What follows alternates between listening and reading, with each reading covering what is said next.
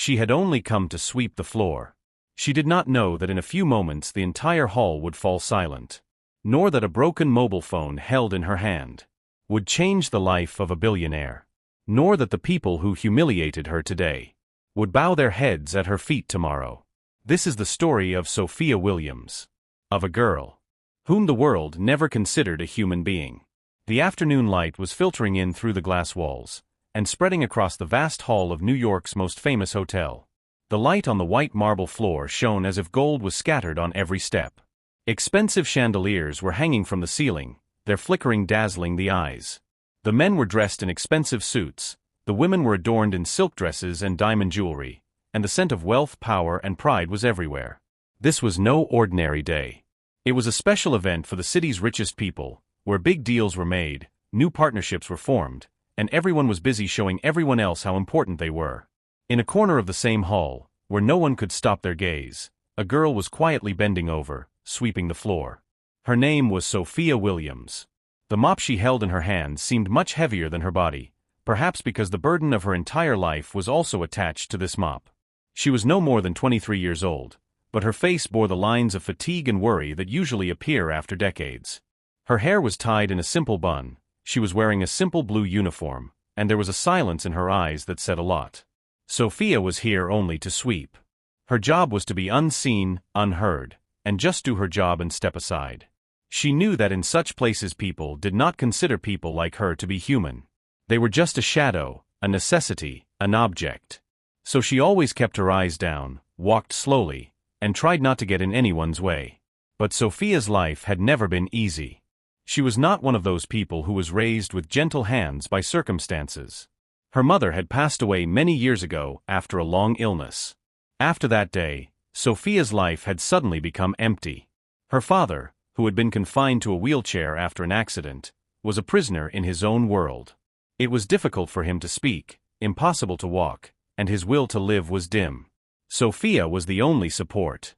She was the one who went to work, she was the one who brought the medicine, she was the one who cooked the food, she was the one who stayed up at night to count her father's breaths so that they would not stop. Every day for her was the same. Waking up in the dark in the morning, preparing breakfast for her father, giving him medicine, then catching the bus to go to work in different parts of the city. Sometimes a hotel, sometimes an office, sometimes the stairs of a building. Her desires were very small. She just wanted her father not to suffer, to pay the rent on time, and maybe one day she could study again. But where was the time to dream? She was tired that day too. Her father had been in severe pain at night, and she couldn't sleep much. But she didn't complain. She never complained. She knew that the world wasn't made for those who listened to complaints.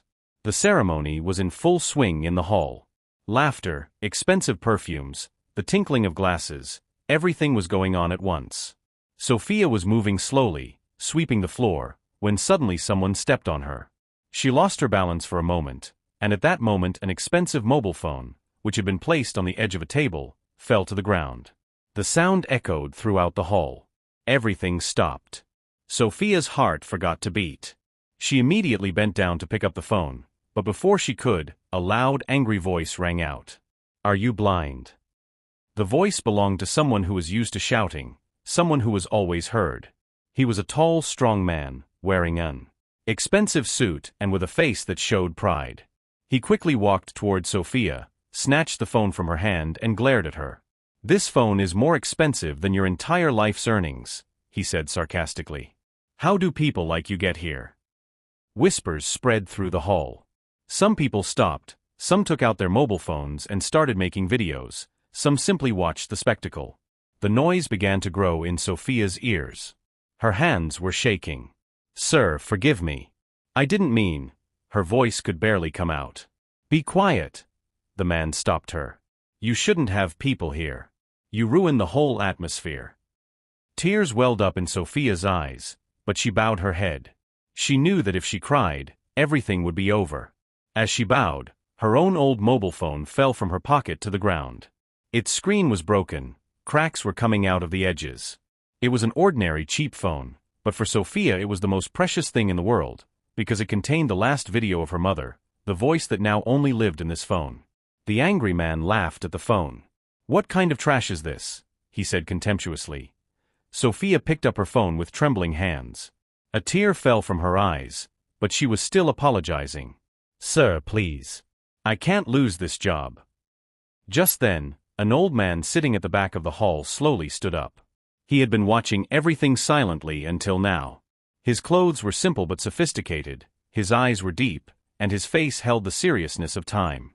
His name was Richard Hansen, a name that the whole city knew, but at that moment no one had any idea what he was going to do. His breath caught when he looked at Sophia's fallen mobile. On the back of the phone was a small blue sticker, which read, "Stay kind, LH." It was the same sentence that his late wife used to write on everything. The same handwriting, the same style. Richard took a step forward. The sound of his footsteps caught everyone's attention. He stopped in front of Sophia.